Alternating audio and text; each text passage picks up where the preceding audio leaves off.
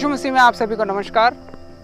आइए प्रभु यीशु मसीह आज हमें क्या सिखाता है इस विषय को हम देखते हैं। यहाँ पर है मत्ती रची सुसमाचार उसका 7 अध्याय उसका 24 पद से लेकर के यहाँ पर 27 पद तक के हम यहाँ पे पढ़ेंगे। तो प्रभु यीशु मसीह यहाँ दो व्यक्ति के बारे में बता रहे हैं और वो दो व्यक्ति है कौन। एक है आज्ञाकारी वाला और एक है अनाज्ञाकारी वाला। तो अनाज्ञाकारी वाले लोग कैसे होते हैं, आज्ञाकारी वाले लोग कैसे होते हैं, तो यहाँ पर लिखा हुआ है 24 से पढ़ेंगे।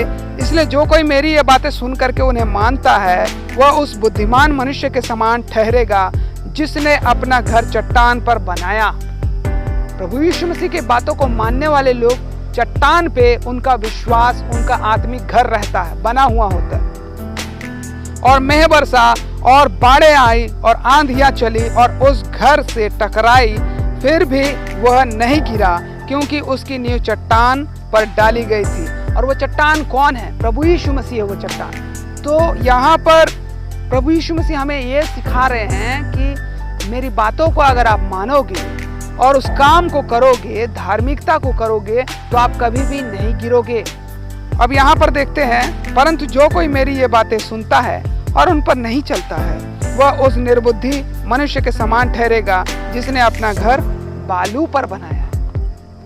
अब ये बालू पर कैसा, यानी कि रेत में बनाया। क्या रेत में कभी घर बन सकता है? बिल्कुल हाँ, बहुत सारे लोग बना रहे हैं रेत में। दुबई में तो पूरा रेत में ही घर बना हुआ है, दुबई में रेत में ही बिल्डिंग खड़ा कर रही है। लेकिन उसके लिए एक अलग से कंस्ट्रक्शन करना पड़ता है, अलग से इंजीनियर, बहुत सारी परपंच है। लेकिन यहाँ पे प्रभु यीशु मसीह वो बालू की बात नहीं बोल रहे हैं या वो घर की बात नहीं बोल रहे हैं। मतलब बालू जो है एक ऐसा बालू का यहाँ पे वो स्वरूप है जहाँ पे आप जिसको बेस मानते हो।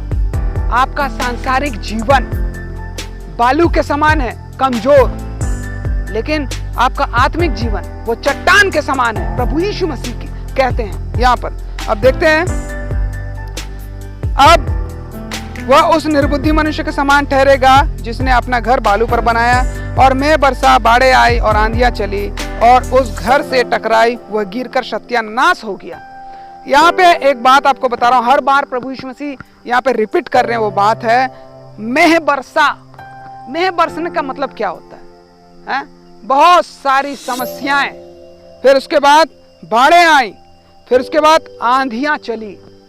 पहले मेह बरसेगा, अगर मेह से आपका कुछ नहीं हुआ तो उससे भी बड़ा तूफान आएगा, बाढ़ आएगा, उससे भी बड़ा।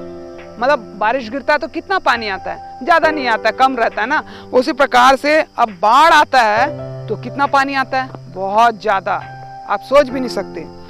और आंधियां चली। अब देखिए आंधियां क्या होती है? बहुत सारी ऐसी समस्या जो दूर से आती है, आपके कर्मों के हिसाब से आती है, आपके परिवार से आती है ना। ये सारी समस्या है, एक सांसारिक जीवन में समस्या है। आपकी परीक्षा को मतलब आपकी परीक्षा लेता है शैतान, है ना।